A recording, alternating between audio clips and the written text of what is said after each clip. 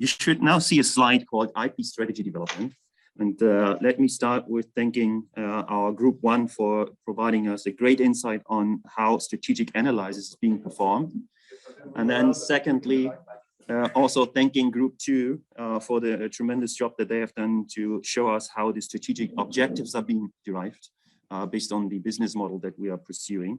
We are now taking a look at strategy formulation, and we will do here a deep dive on the impact that the IP management will have on our strategy, and we leave aside the appropriation and the economic effects for the time being. Keep in mind, the #1 target here is to create a competitive advantage, and secondly, to sustain the competitive advantage. And how we propose to proceed will now be handled by all of our colleagues. So I'm going to talk a bit about how we generate an IP impact with this technology. So the technology lead is that historically yogurt was like a foodstuff which you go to the supermarket and pick it up from the shelf by looking at a plethora of options. But for the first time, yogurt's going to be actually delivered to you. It's going to be customized based on certain health parameters. And these are all going to be done automatically. So you really don't have to exercise your brain to come up with a choice. And we could get a head start into the market by first protecting certain features. So the yogurt itself isn't worthy of patent protection because there's probably like thousands of patents out there. But what we want to focus are how the yogurt actually interacts with the user. So the user interface elements like how the data is retrieved from the wearable sent to the yogurt brand, and how they customize the yogurt based on your health parameters, how they link the subscription with your fitness studio subscription. So those are the user interface elements that we should focus on protecting.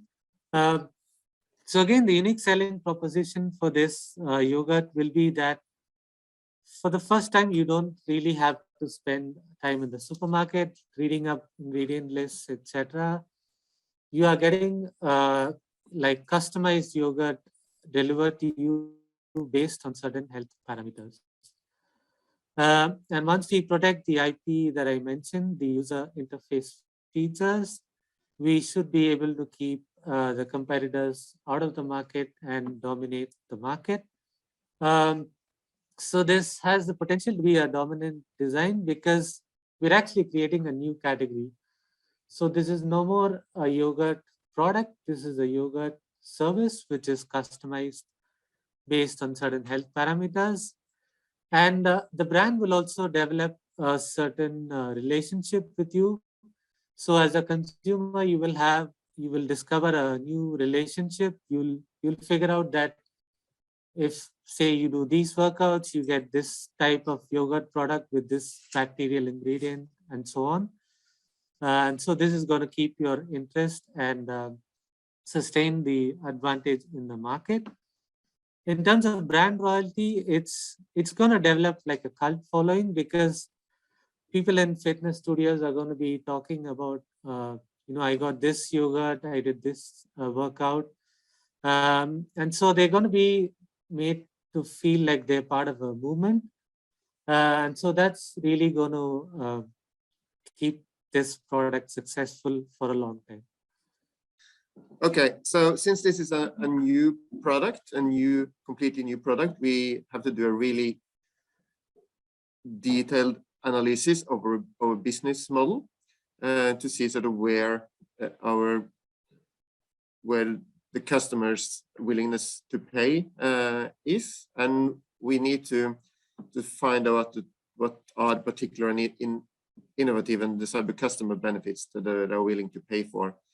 And again, since this is a new system, we need to go through the business model in detail to identify which system components, technical or non-technical, that we would need to develop for delivering these customer benefits. And based on those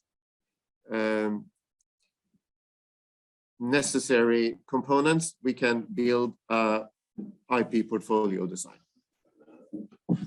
Therefore, our IP portfolio design, in order to create the expected impact, will focus on protecting the exclusive experience, that is providing an exclusive experience as identified by our business model analysis, and particularly by protecting the core system elements that have been identified by our business model.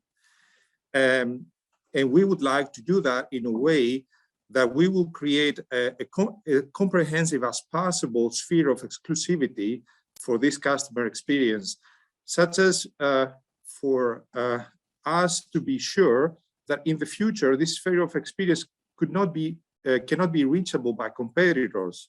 We don't want competitors to be able to deliver the same or similar even customer experience and same or similar customer benefit.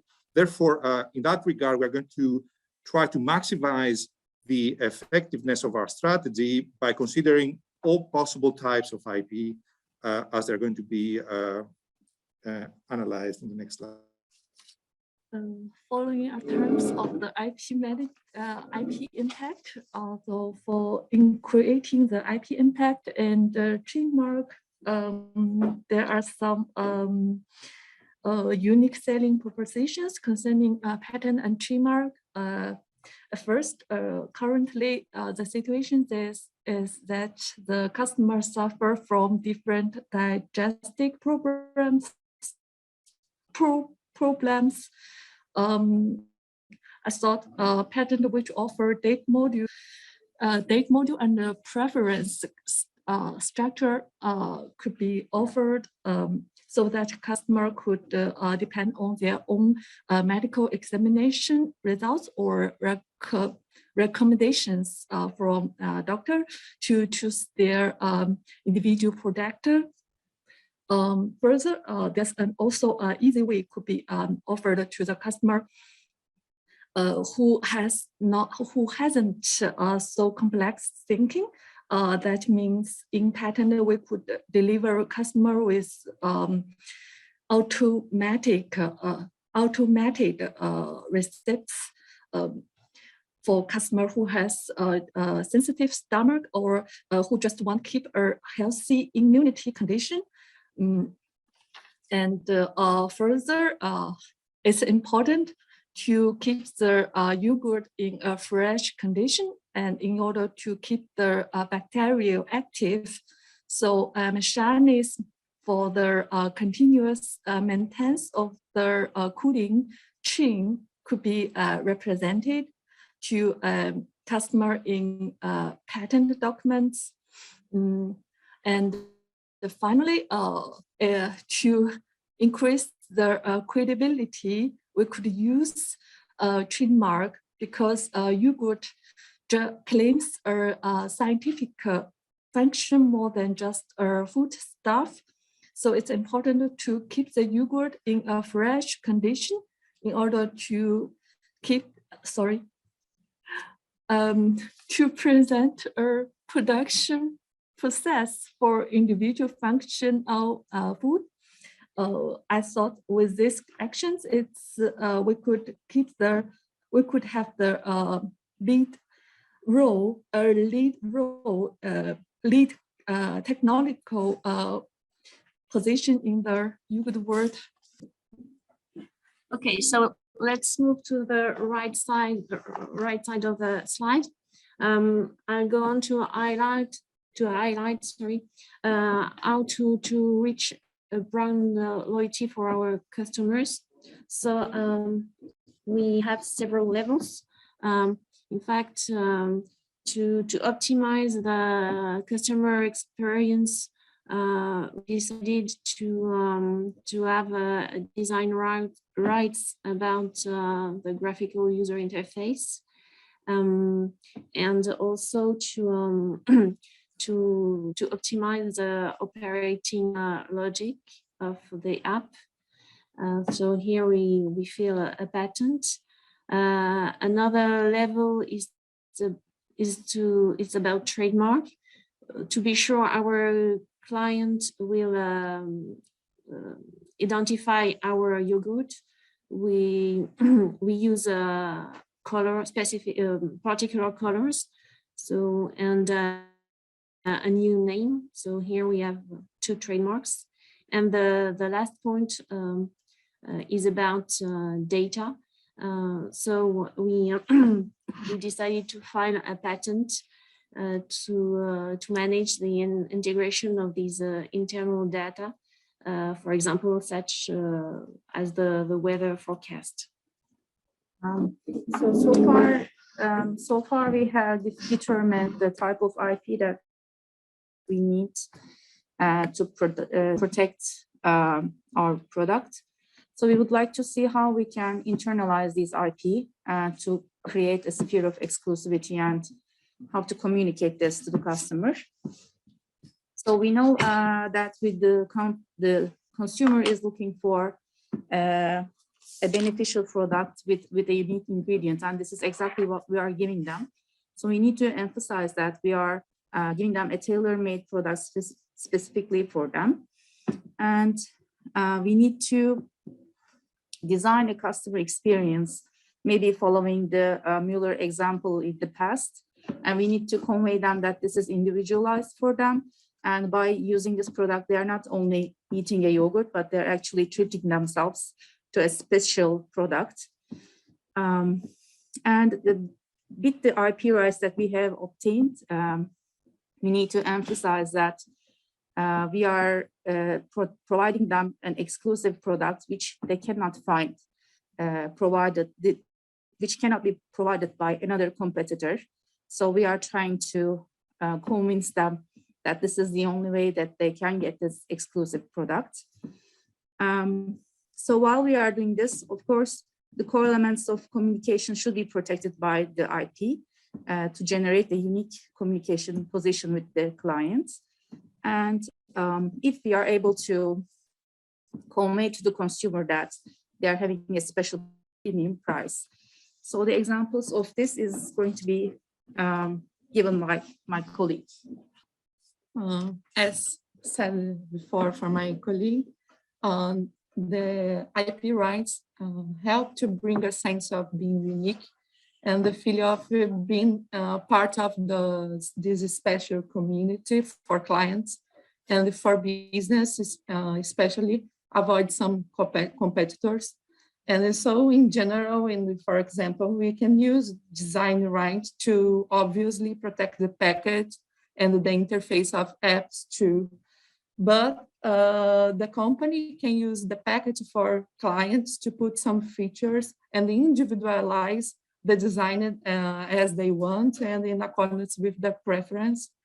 Another example is trademarks being distinctive and appealing, mainly used in social medias to attract more consumers and to just communicate. And anyway, to provoke feelings to clients to be proud of to be part of this community. The trademark can bring this sense of exclusivity, and the user can pay for a premium price for that.